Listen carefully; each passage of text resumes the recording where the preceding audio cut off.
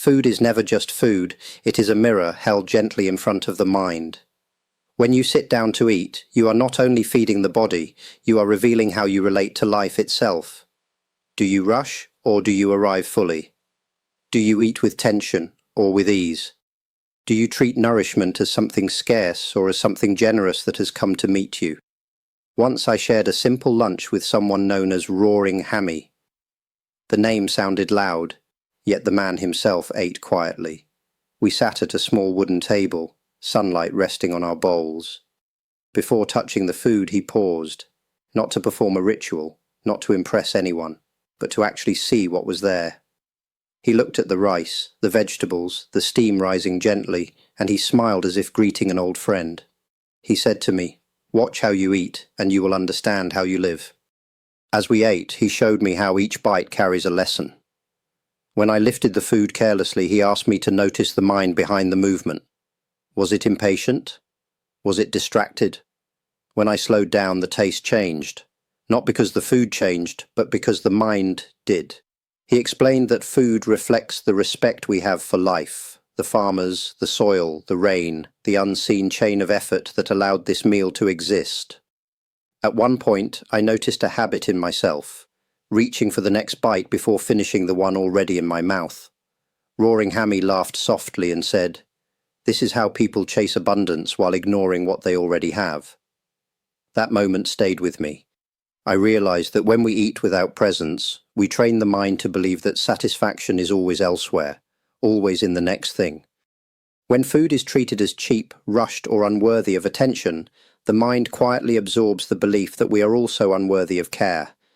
But when food is chosen thoughtfully, prepared with care, and eaten with appreciation, something subtle shifts. The body relaxes, the mind opens, gratitude replaces grasping. Abundance does not begin in bank accounts or opportunities. It begins in moments like this, when we allow ourselves to fully receive what is already given.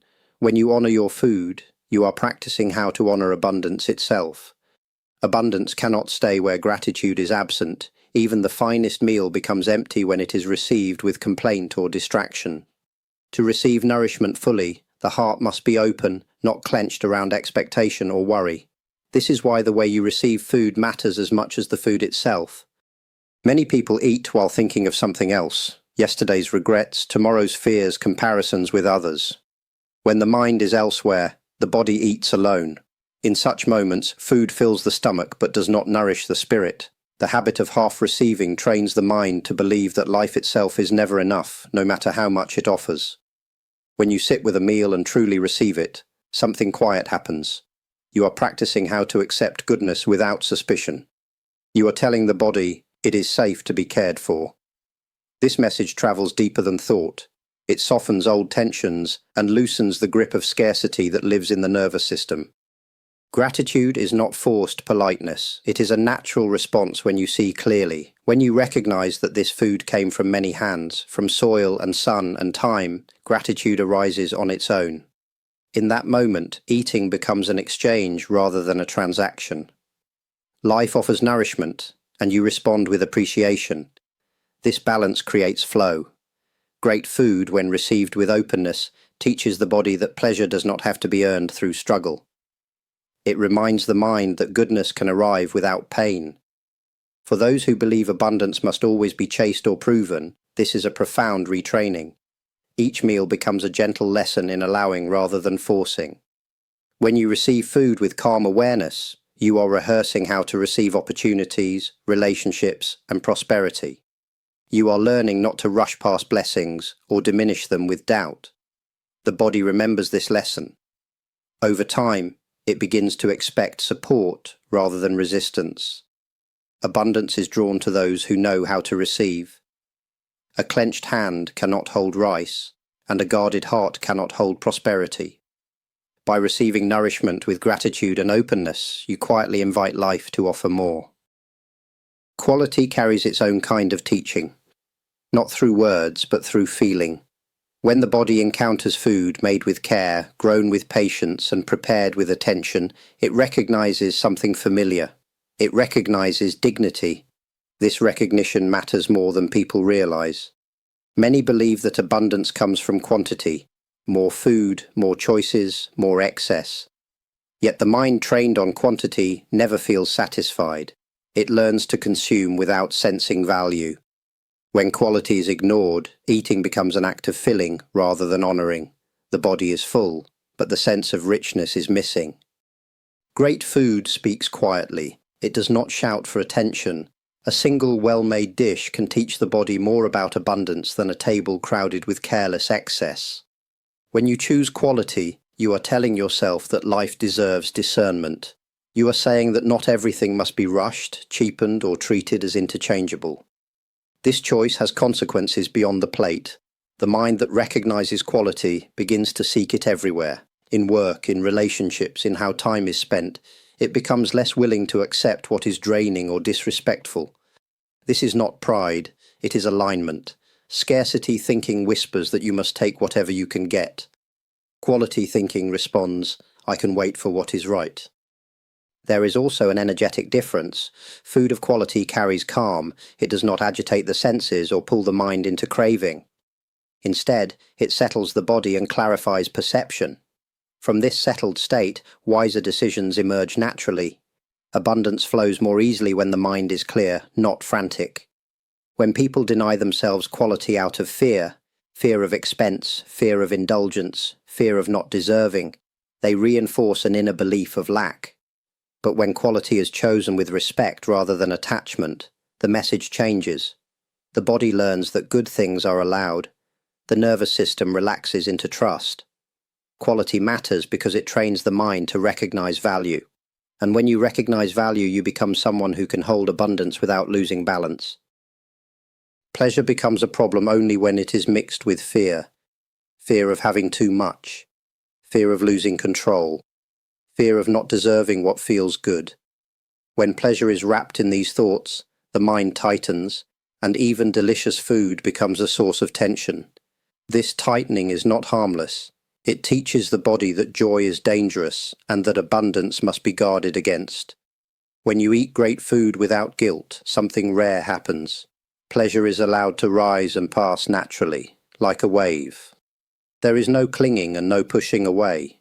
In this state, enjoyment does not lead to excess, because it is not driven by hunger of the mind. It is simply a clear response to what is present. Scarcity thinking often hides behind discipline. It says, I must restrain myself, or there will not be enough.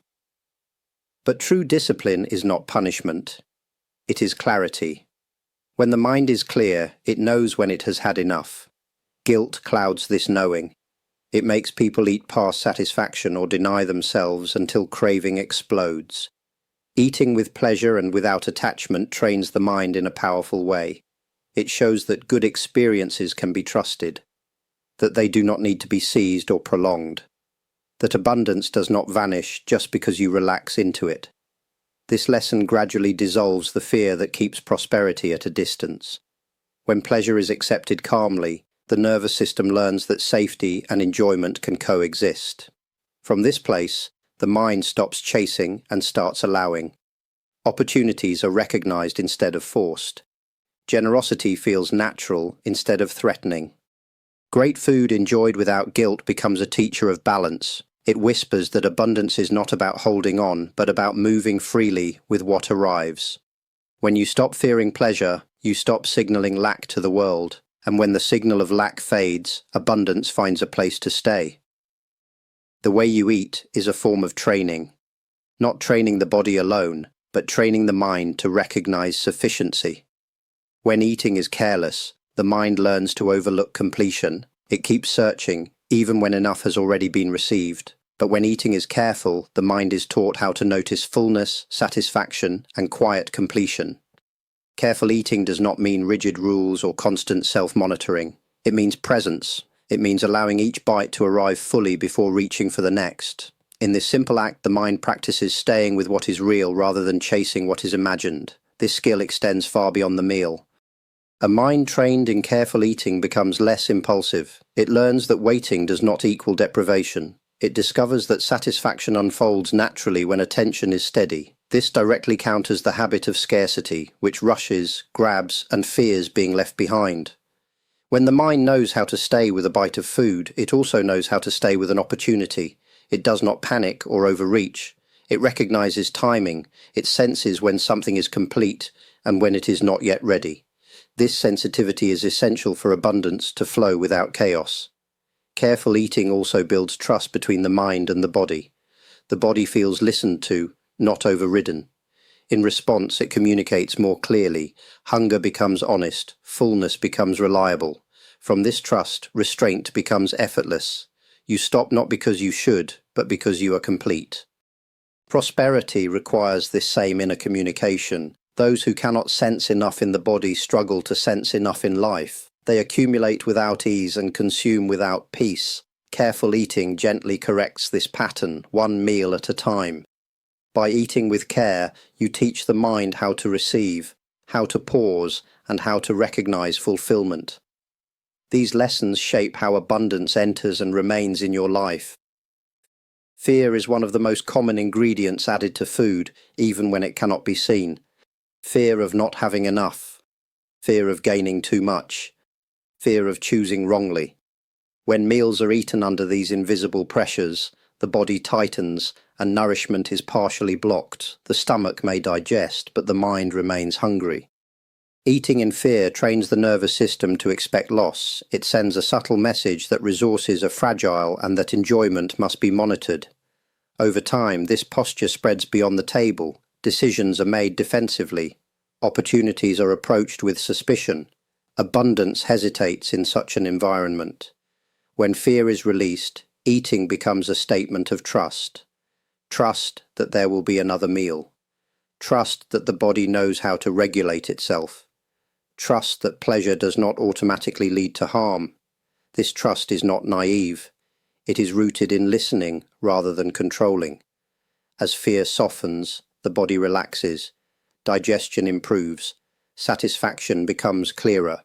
From this relaxed state, the mind begins to experience enoughness, not as an idea, but as a felt sense. This felt sense is crucial. Abundance responds to embodiment, not belief alone. People who eat without fear are not reckless. They are grounded. They know when to stop, when to savor, and when to decline. Their choices come from attunement rather than anxiety.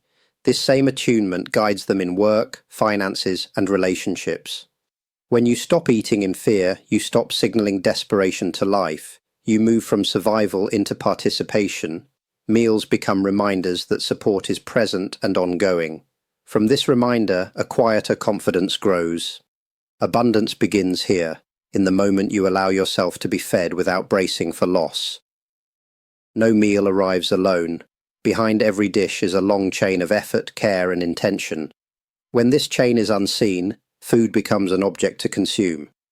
When it is recognized, food becomes a relationship. This recognition changes how abundance moves through your life. To honor food is to honor the hands that touched it, the farmers who watched the seasons, the workers who transported it, the cooks who shaped it with skill and patience. Even when you eat alone, you are never truly alone. You are participating in a vast exchange of giving. When this exchange is acknowledged, something softens in the heart. Consumption turns into respect. Gratitude deepens beyond the surface. The mind no longer feels separate from the world that provides. Separation is one of the roots of scarcity. Connection is one of the roots of abundance. Great food often carries the imprint of craftsmanship. Someone cared enough to do their work well. When you recognize this, you are learning how value is created, not through haste, but through attention. This lesson quietly informs how you approach your own work. You become more careful, more patient, more willing to create something worthy of receiving in return. Honoring the chain of giving also dissolves entitlement. Food is no longer something owed to you, nor something you must feel guilty for having. It becomes a shared flow. When you receive well, you naturally want to give well. This balance keeps abundance moving rather than stagnant. Prosperity stagnates when taking is disconnected from appreciation. It flows when receiving is paired with respect. Each meal is an opportunity to practice this pairing. Each bite can remind you that life supports life through countless unseen efforts. By honoring craft and labor in your food, you align yourself with the rhythm of giving and receiving.